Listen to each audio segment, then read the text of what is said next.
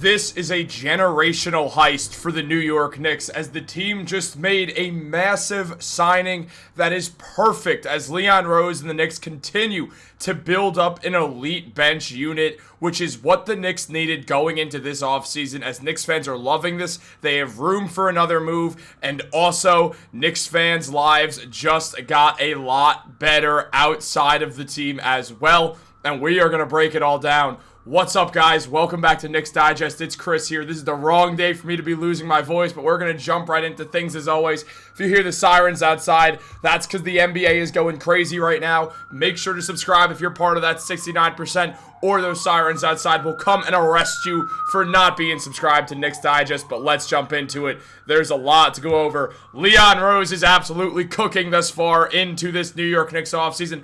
I know, we don't have a coach, but it's narrowed down to a few names, and we'll get into that more and more as time goes on later today, 100%.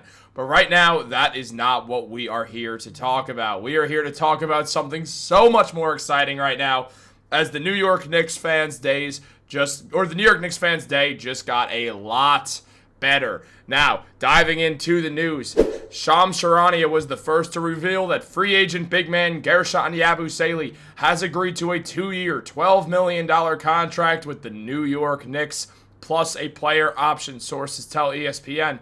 The Knicks negotiated the deal with agents Olivier Madzet and Richie Felder for the big man on Tuesday. Now, Yabusele is more of a forward than a big man, but point still stands. As Ian Begley also confirmed, Guerschon Yabusele has agreed to join the Knicks on a 2-year, $12 million deal, according to his agents. One of the top big men on the market goes to New York, using the taxpayer mid-level exception with a player option on year 2. The Knicks had interest in Al Horford, who will likely command a higher salary than the Knicks had available, as ESPN first reported in the agreement. Now, taking a dive into it, Yabusele was awesome on the 76ers last year.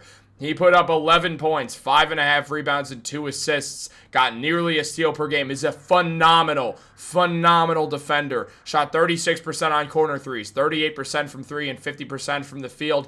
Yabusele was an excellent role player on the Philadelphia 76ers last year. Yabu gave the Sixers a lot for what a playoff team needs. But,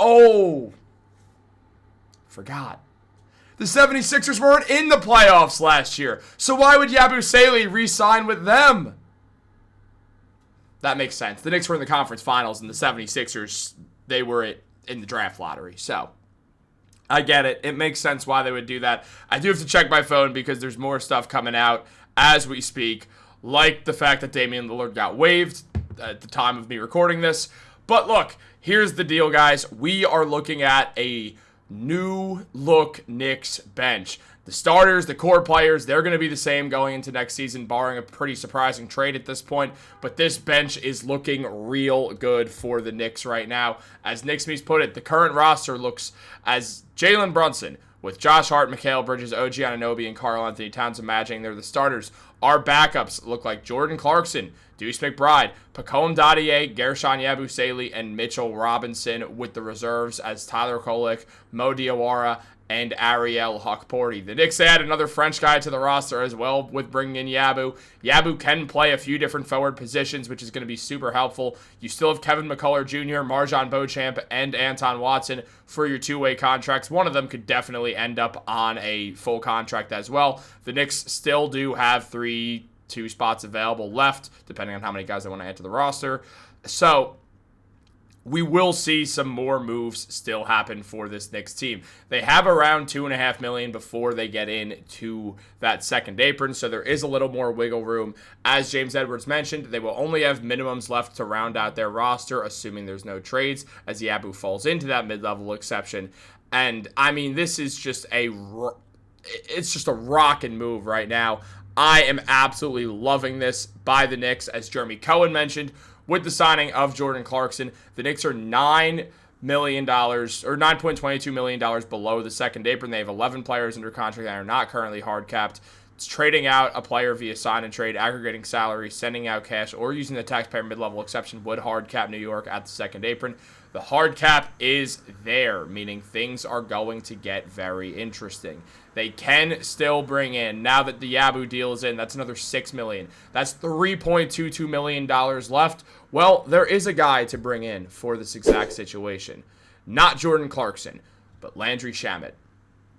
The Knicks obviously have Clarkson. We'll go back to him in a second. But Landry Shamet is who you sign right here. He's available on a minimum contract. Last year, shot 40% from three with the Knicks and 47% on corner threes, 46% from the field, putting up 5.7 points per game with 1 rebound. The Knicks likely are going to be hiring a head coach who's going to play a 10-man rotation, meaning Shamet will be the Knicks' 10th man in this situation.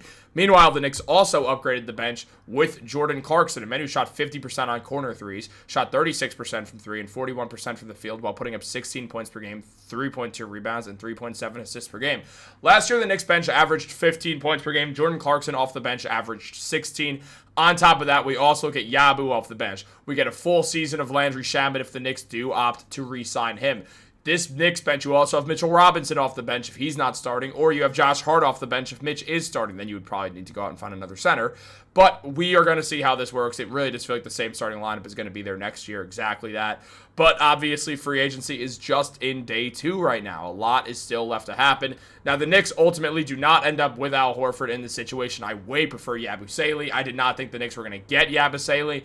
But they did. So Horford, who put up 9 points and 6 rebounds with 2 assists last year, blocking nearly a shot per game and getting half a steal, shooting 42% from the field and 36% from 3, will not end up on the Knicks. The Knicks did have interest in Horford, but again, it just seemed like there was too much money that Horford was commanding, and Yabu was available for that $6 million deal, the same deal that the Denver Nuggets offered him, but Yabu, he chose New York, and I'm absolutely loving this. The Knicks are having an excellent free agency right now. There's no doubt about it. They're doing everything right. They're doing exactly what they had to do going in to this free agency. They had to make moves, and they made them, and I'm really, really, really excited with everything that's going down for this Knicks team right now because these are good moves. The Knicks are making good, smart, heads-up moves. They're not being too fancy with anything. What they're doing is they're going in and they're addressing the bench. They brought an elite bench scorer in when it comes to Jordan Clarkson. They brought in Yabusele, an excellent bench player as well, who put up 11 points, is an excellent defender,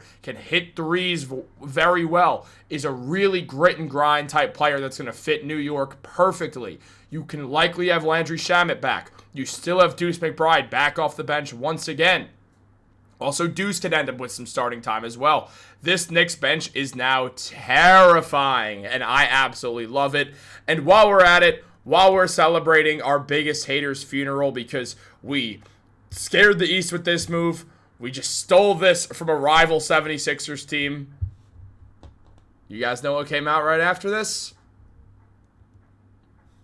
Free agent center Miles Turner has agreed to a 4-year, $107 million deal with the Milwaukee Bucks, plus a player option for that final year in 2028-29, and a full 15% trade kicker. Miles Turner, part of the Indiana Pacers, who went to the NBA Finals and beat the Bucks back-to-back years now in the playoffs. What did he do?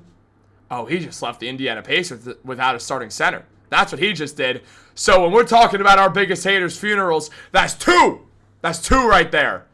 2 rivals got worse as the Knicks get better.